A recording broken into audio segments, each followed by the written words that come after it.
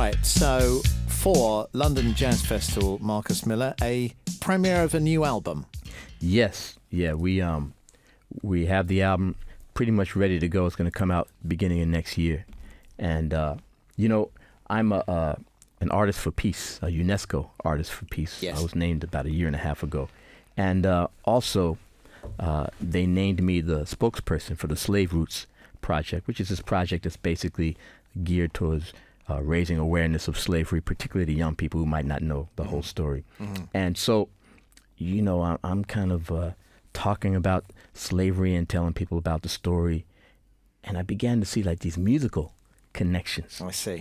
And it really inspired me, and I decided I was going to do an album where I just kind of collaborated with musicians from different stops on this slave route, So I see. I've got musicians from West Africa on there. I've got musicians from South America, from the Caribbean, and from the south of the U.S., And there's a line, man, there's rhythms that are so similar when you begin to look into them. And yeah. it was really a wonderful opportunity to create something new by going into like the past, and just kind of, I didn't want it to be like an old sounding album. I wanted it to sound contemporary, but I just wanted to use musicians who were located in these spots to see what could happen. It's really cool. That's a great idea. Title?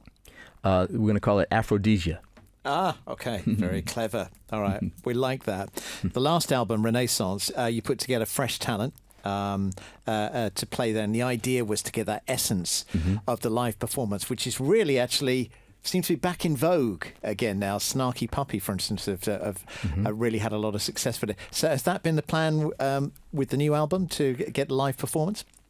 Yeah, absolutely. Well, I'll tell you, with the advent of the internet and CDs aren't as profitable as they used to be, a lot of artists who were just studio artists are having problems because, you can't make a living just making CDs now. So if you're not a real performer, you're having problems. And there were a lot of artists who we have discovered weren't real performers. They just were really good at making records, Luckily, we weren't those type of artists, and we got out there and started hitting the road, and it's changed everything, man. First of all, it's made us connect with the audience, gave us an opportunity to connect more closely with the people we were making the music for, and it also changes the feeling of the music, So now that live feeling, that feeling of energy is what we're looking for. Yeah. Oh, and there's plenty of energy in that bass, Marcus, definitely. Let's talk about the show that you're doing at the Royal Festival Hall. Then, live energy, yeah. Who's playing with you? Well, I have some of the young cats that I brought with me last year when I was here, who are just as good this year as they were last year. And also, I've got some special guests. I got a few musicians that have played on the album that we're working on. So I got a guitarist from Mali. I got a percussionist from Burkina Faso. I've got a Nigerian, well, actually, he comes from Senegal. Matter of fact, I met this guy, and he said, "Hey, Marcus, I'm a bass player. I'm from Senegal. I'm actually known as a Senegalese Marcus." And he showed me his business card, and it actually said Alun Marcus Jayo, and I don't remember his last name. I was like, "You kidding me?" So anyway, we became good friends, and he's the one who connected me with these guys. So I'm going to have them sit in with us, and we're going to have a good time. Brilliant. Okay. I was wondering whether you were going to bring on Chris Bowers, because he was here earlier this week. If he's still around, we're gonna ask around and see if he's still around. And of course, if he's still around, we're going to have him come and play. I'm very proud of him. He was in my band for a couple of years and just an amazingly talented, creative young guy. And I'm just really proud to see his solo career taking off the way it is. Is it all new material in your concept? No, I'm not going to do all new material, but I'm going to do a good amount of the stuff from the new album. Okay. But, you got to give people something to recognize, Yeah. It's British audience, so they'll accept that, Yeah, I'm sure with the British audience, I could do all new music and they'd be cool. But we're going to do a mix. Okay, that sounds good. Tell us about this.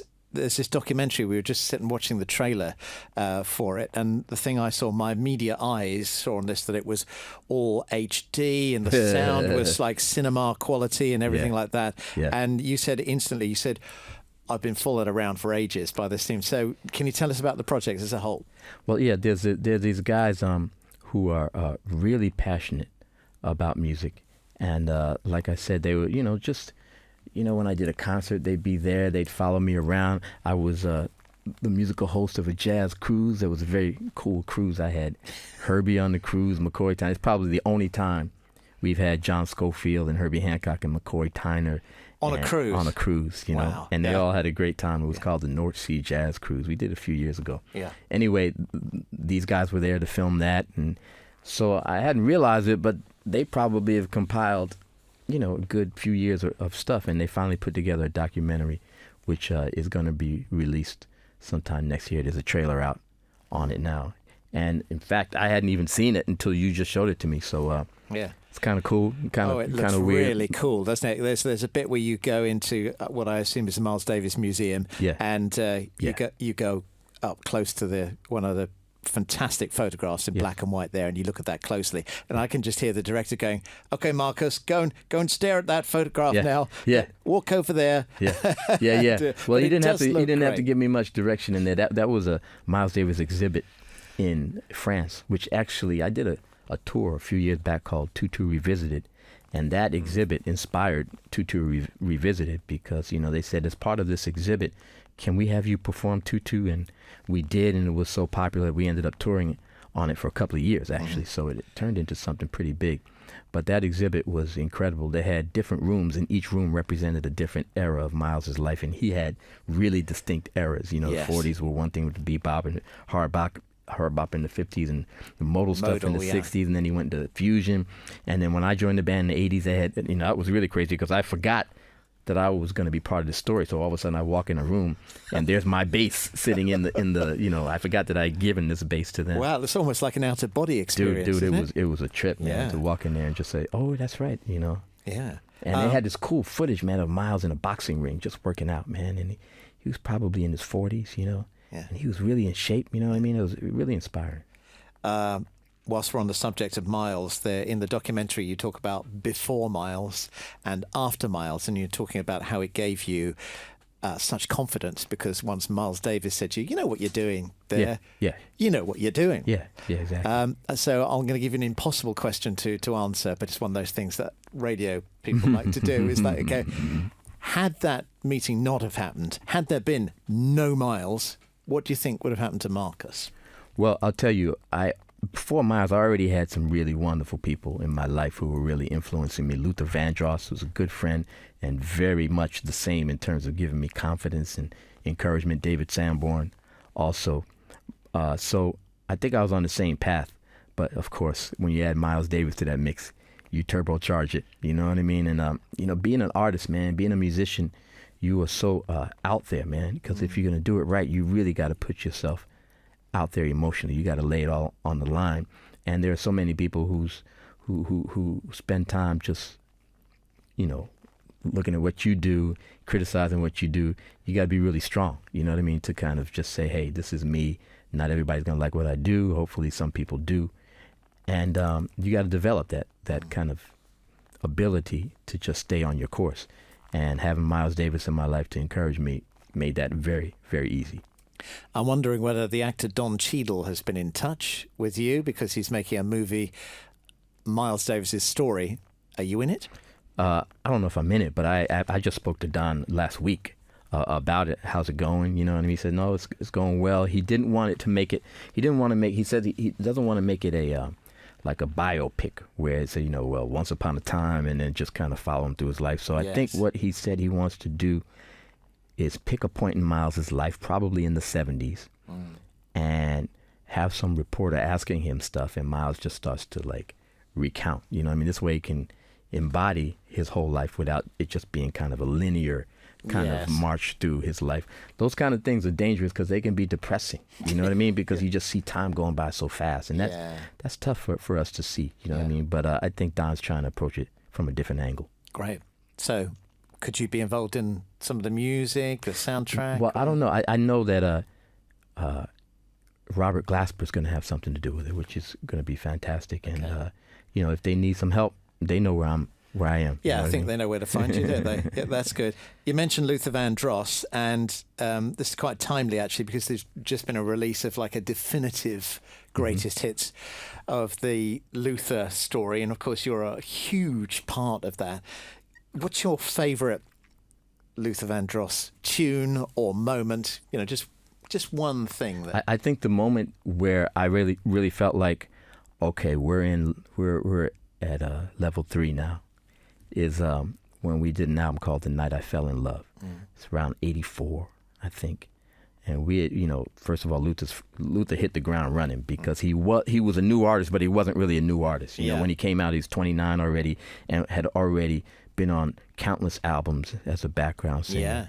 Yeah. And so had I as a bassist, and he decided that he wanted to change up and try his hand at being a solo artist, which is usually not going to happen for a background singer because the thing that makes you a good background singer is your ability to blend and support, and the thing that makes you an artist is really the opposite of that. You got to figure out how to stand out. But Luther was very talented and knew how to do both. And so Never Too Much came out. That was huge. That was his first kind of really smash with House Is Not a Home, which is so gorgeous.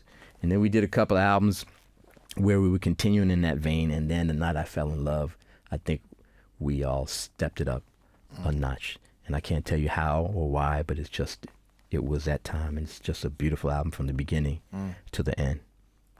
Quite lovely. It's funny you're mentioning about the backing singer thing, because I didn't realise he was backing singing on Chic's Everybody Dance. Oh, yeah. And then he and Niall were really, really tight, So, and then when somebody told me that, I listened to the track again. And then you can't hear anything but his voice, right? Yeah, exactly. All I could hear was Luther going... Yeah, that's Luther. Yeah. He was on everything, man. He was on... Man, Luther was... we all used to... Our bread and butter back in the 80s in the New York studio scene were music for commercials, jingles. We played on commercials in the morning before the record date started, and then we'd do the record dates and maybe do a gig in the evening at a club. Yeah. But those jingles, Luther was singing on... everything, McDonald's, Ford trucks, and he was on if you sing, whoever you're singing for, for instance, if you're singing for a beer commercial, the beer company makes you sign a statement that says you're not going to sing for any other beer because people can recognize your voice and they're going, wait, this is the same guy who's singing for Budweiser who's singing for Miller Beer, right? Luther didn't care. Luther was on 3 beer commercials at the same time. He was like, sue me, whatever. Yeah. Oh, great stories.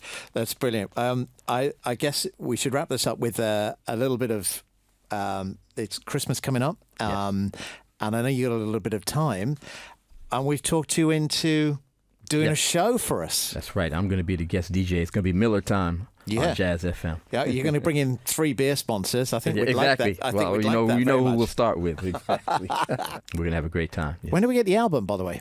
Probably beginning of March.